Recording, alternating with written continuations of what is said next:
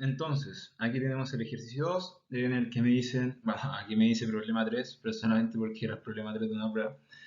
Me dicen, un cuerpo de masa minúscula se lanza desde la base de un plano inclinado, con un ángulo de inclinación θ con respecto a la horizontal, con velocidad v sub 0. Si el coeficiente de roce cinético entre el cuerpo y el plano es mu sub c, me piden calcular.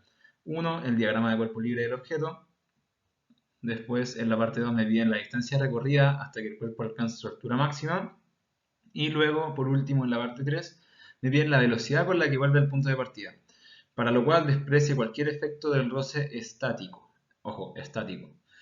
Y note que deben asumir que mu sub c tiene que ser menor que la tangente de θ. Y me preguntan por qué. Entonces, aquí podemos ver la configuración del problema. ¿Ya? Vamos a tener una pendiente o un plano inclinado que tiene un ángulo de inclinación θ con respecto a la horizontal. Y tengo una masa m minúscula que es lanzada desde el origen, desde acá abajo, hacia arriba con una velocidad v sub 0. Y me dicen que el coeficiente de roce cinético ¿cómo se llama? Del plano inclinado con la masa m va a ser de mu sub c. Entonces, este ejercicio es diferente al anterior, ¿por qué? Porque podemos dar al tiro que tengo presencia de roce.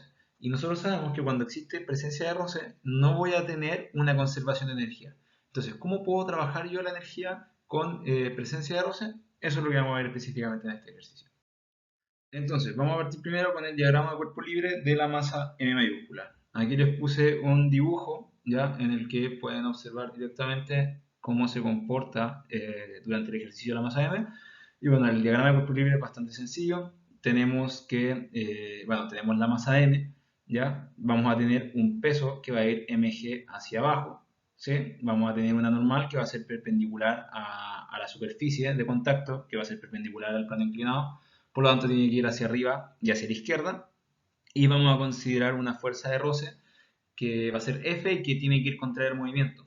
En este caso, para este DCL estamos considerando que la masa M está subiendo por el plano inclinado, ¿ya? Y como está subiendo hacia arriba, hacia la derecha, por el plano inclinado, la fuerza de roce que tiene que ser contraria al movimiento, claramente tiene que ser para hacia abajo, hacia la izquierda. Para que lo tengan en consideración, los ejes que vamos a considerar para este ejercicio son hacia arriba, ¿sí? Hacia arriba, hacia la izquierda del eje Y, y hacia arriba, hacia la derecha, vamos a considerar el eje X, ¿ya? Podemos notar en este caso que, bueno, nos dan en el ángulo θ, que es el ángulo de inclinación del plano inclinado, y con ese ángulo θ podemos calcular cuál va a ser el ángulo que hay entre MG y nuestro eje Y podemos calcular directamente en base a geometría que este ángulo de aquí va a ser θ también, ¿ya? Entonces, hacemos la sumatoria de fuerzas en el eje Y, vamos a tener que la normal va a ser positiva, entera, hacia arriba, menos mg multiplicado por el coseno de θ, ¿sí? Porque estamos considerando la componente de la normal en el eje Y, ¿ya? Por lo tanto me queda menos mg coseno de θ, y tiene que ser igual a 0, ¿ya? Y de ahí calculamos que la normal tiene que ser igual a mg multiplicado por el coseno de θ.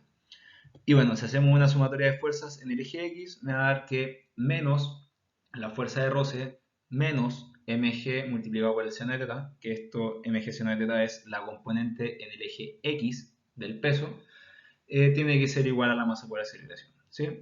Esta última, eso sí, esta última ecuación de la sumatoria de fuerza en el eje X no nos va a servir mucho específicamente para este ejercicio. Pero siempre es bueno tenerla en mente y tener toda la información, la mayor cantidad de información posible. Entonces, eso es con la parte 1. Entonces, vamos con la parte 2. En esta, como pueden ver acá arriba, me piden la distancia recorrida hasta que el cuerpo alcanza su altura máxima. Tal como les dije al principio, este ejercicio estamos hablando de ejercicios con roce, ¿ya? Así que tenemos que introducir un nuevo aspecto para poder trabajar la energía. Entonces, podemos notar que como no hay roce, ¿sí? En este ejercicio la energía mecánica no se va a conservar, ¿ya? Entonces, ¿qué podemos hacer para usar de igual forma la energía considerando que esta no se conserva? Vamos a aplicar esta ecuación que es específicamente la que yo uso y recomiendo para poder trabajar con la energía cuando tenemos roces. Es decir, tenemos que el módulo de la energía inicial, es decir, su magnitud, la magnitud de la energía inicial, menos la magnitud de la energía final, tiene que ser igual al trabajo del roce, ¿ya? ¿Por qué lo pongo todo esto y les pongo esta ecuación de acá en módulo?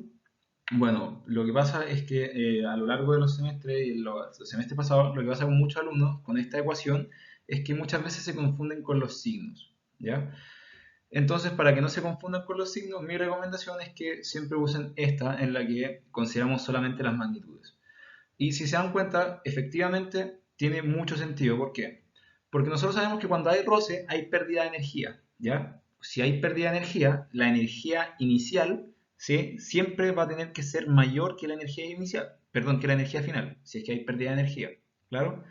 Entonces, si yo a una magnitud E sub i, ¿ya? Que es más grande que E sub f, le resto la energía final, ¿sí? Voy a tener otra magnitud positiva que va a ser el trabajo del roce, ¿ya?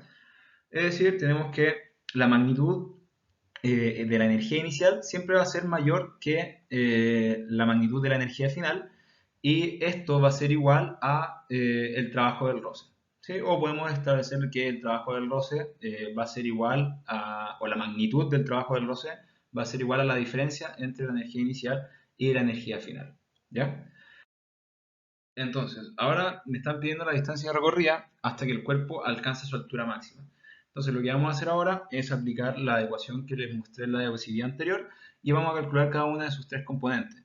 Acá les puse un dibujo donde podemos ver qué pasa en el instante inicial, que va a ser cuando nosotros consideremos la energía inicial. Entonces, si observamos, la energía inicial tiene que ser igual a un medio de la masa m minúscula multiplicado por b sub 0 al cuadrado.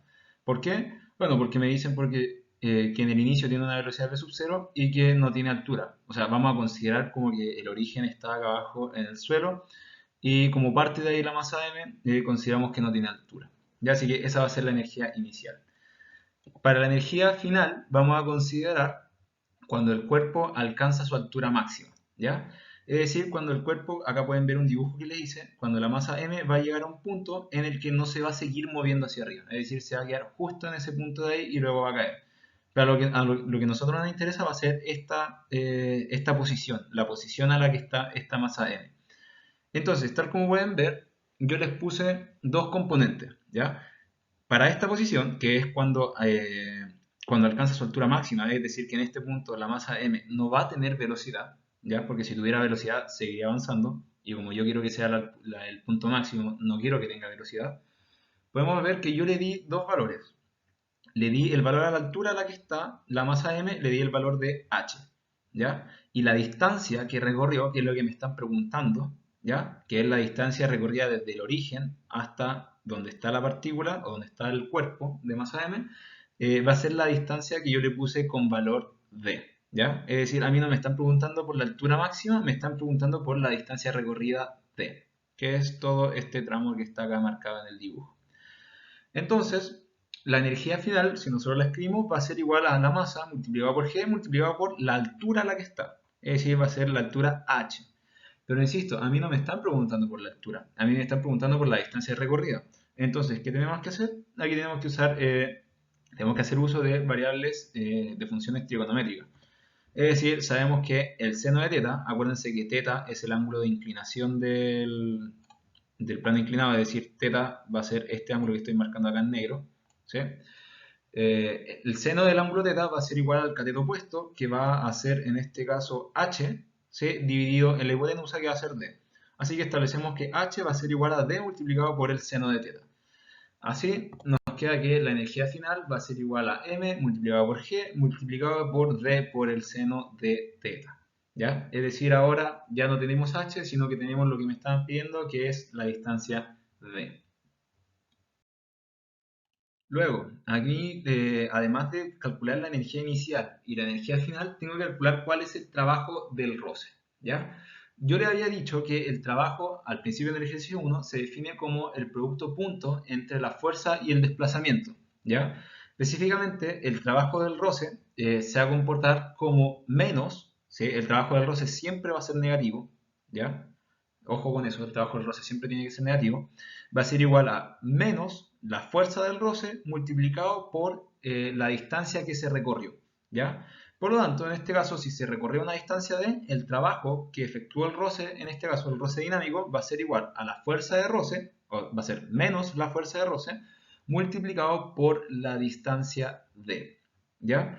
Entonces, ¿Qué es lo que tenemos que hacer ahora? En este caso establecemos que la fuerza de roce, nosotros sabemos que es un roce dinámico, por lo tanto al ser un roce dinámico o roce cinético es constante, va a ser igual a mu, que es su coeficiente de roce cinético, multiplicado por la normal, y nosotros sabemos que la normal, ya la habíamos calculado al principio, era mg coseno de teta.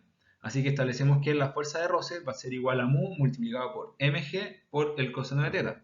Así que si reemplazamos, nos va a dar que el trabajo del roce va a ser igual a menos mu multiplicado por mg por el coseno de teta por d. Es importante notar que el trabajo del roce, insisto, es de naturaleza, tiene que ser negativo, ¿ya? Porque el roce quita energía, ¿ya?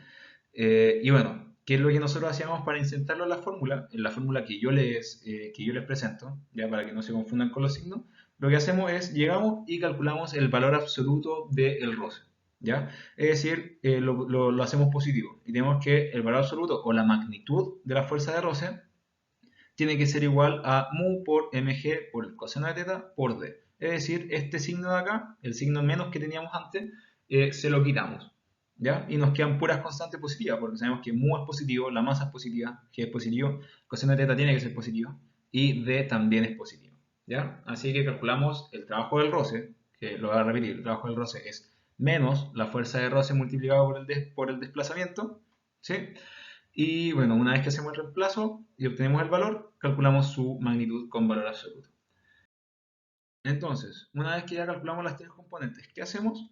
Aplicamos la ecuación. Es decir, agarramos la energía inicial, le restamos la energía final y lo igualamos a la magnitud del trabajo del roce, ¿ya? Entonces, tenemos que la energía inicial va a ser un medio de la masa de B sub 0 al cuadrado. Luego le restamos la energía final, que la energía final era mg por d por el seno de teta, y todo esto lo igualamos a el valor absoluto del trabajo del roce, que era mu por m por g por el coseno de teta por d.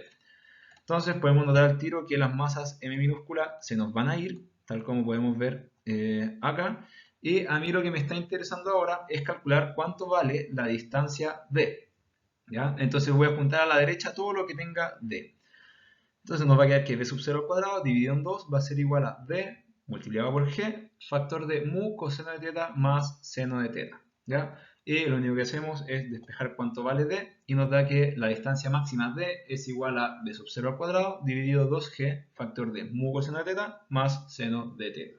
Así que ahí está la distancia recorrida para cuando el cuerpo alcance su altura máxima. Luego, en la parte 3, me están pidiendo la velocidad con la que vuelve al punto de partida, para lo cual desprecie cualquier efecto del roce estático y no te quede asumir que el mu sub c es menor que la tangente de teta. Y me preguntan por qué. Entonces, ¿qué es lo que vamos a hacer? Para este caso, consideramos los siguientes momentos iniciales y finales, ¿ya? Vamos a considerar como momento inicial, ¿sí?, el punto final anterior, es decir, nuestro momento inicial o cuando nosotros calculemos nuestra energía inicial va a ser cuando la masa m esté en su punto máximo, ¿ya? Y ¿cómo se llama? Nuestro momento final, y que va a ser cuando calculemos la energía final, va a ser cuando la energía, perdón, cuando la masa m minúscula vuelva al origen, ¿ya? Es decir, necesito que les quede claro eso. Es decir, ahora vamos a hacer nuevamente uso de la ecuación de energía y vamos a considerar como el momento inicial cuando está en su punto máximo y momento final cuando llega nuevamente al punto de origen, ¿ya? Entonces, ¿qué es lo que vamos a proceder? Procedemos a calcular cada una de la energía. Es decir, sabemos que en el punto inicial, ¿sí?, que va a ser el punto final de la parte 2, ¿ya?, que va a ser cuando estemos en nuestra altura máxima. Bueno, vamos a tener que la energía va a ser igual a energía potencial nomás, ¿sí?, porque está en su punto máximo. Y en este caso la energía potencial va a ser mg multiplicado por h, que va a ser lo mismo que mg por d seno de teta. Luego, la energía final, que va a ser la energía con la cual llega nuevamente al origen, o con la cual llega al origen del plano inclinado, que es este punto que está acá, va a ser igual a un medio de la masa multiplicado por la velocidad final al cuadrado, que a mí que eso es lo que me están preguntando, a mí me están preguntando por la velocidad final. Y bueno, nosotros sabemos que el trabajo del roce va a ser igual a, nuevamente, menos la fuerza de roce multiplicado por el desplazamiento d, ¿sí?